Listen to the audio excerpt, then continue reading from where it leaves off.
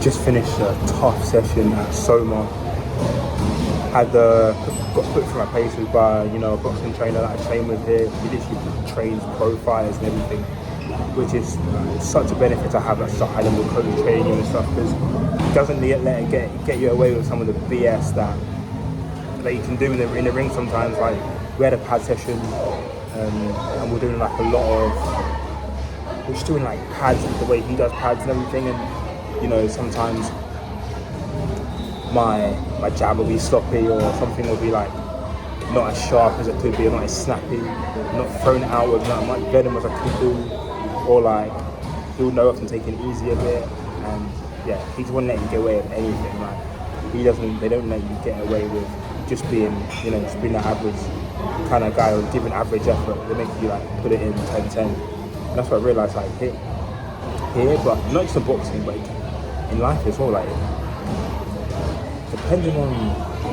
what kind of like people you have in your corner pushing you, or what kind of trainer you're actually having, or who you're actually learning from, it can actually have a real impact on how you implement and the kind of results you get, and if you even do it correctly from the start.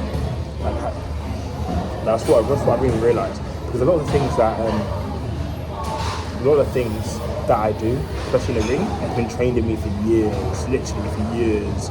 And like, a lot of stuff I do in the ring is actually right. Like, it's not like a totally wrong thing to do. It's just that I just got a bit of bad habits that I picked up from over the years. And like, when you get a really high level guy, they really like pick up on those things. Like, for example, like when I throw my jab, I was throwing my jab, but then I was being too predictable with it. Like, I wasn't throwing it out. I wasn't throwing the jab out. Like, he was telling me that I'm too robotic, or too like this. But really, you gotta be like, and then sometimes drop it. Like, you don't always have to throw it straight from the head. Sometimes you can drop it a little bit and then throw it, or just get out. Sometimes I've got like too much like in a rhythm, but when you're too much in a rhythm, what happens is you become really predictable, and that's what I was finding I was becoming. Like, he was capitalizing a lot of things that that he saw he can exploit, and he realized that, bro, you need to fix that, And I think a lot of those habits, like, people got, especially I talk about myself as well, like in real life, like, apart from like even boxing, like a lot of these habits you can actually have in real life, and that's why it's actually good to have people in your corner that that root for you, or people that you're learning from, because they can actually help you correct these things. They can actually help you not just carry on doing the wrong thing, or show you a better way of doing something that you didn't know before. Do you know what I mean? Because especially through life, you can have a lot of bad habits that you carry over, but if no one's actually correcting them, you're going to keep doing it. And you're never gonna correct it. And then the older you get, the harder it is to actually correct it. And actually, I don't know if that's limited belief. Is that limited belief? Is that that saying, like, can't teach an old dogs new tricks? Is that actually true? Maybe. I'm not old yet, so I don't know.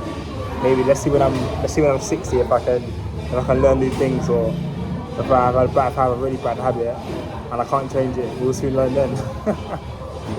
But yeah, I just thought I'd drop that in, because I think it's bare true, because a lot of the things we did today, like, really like just took me back, and I was like, wow, I was doing it that way for so long and no one really picked up on it.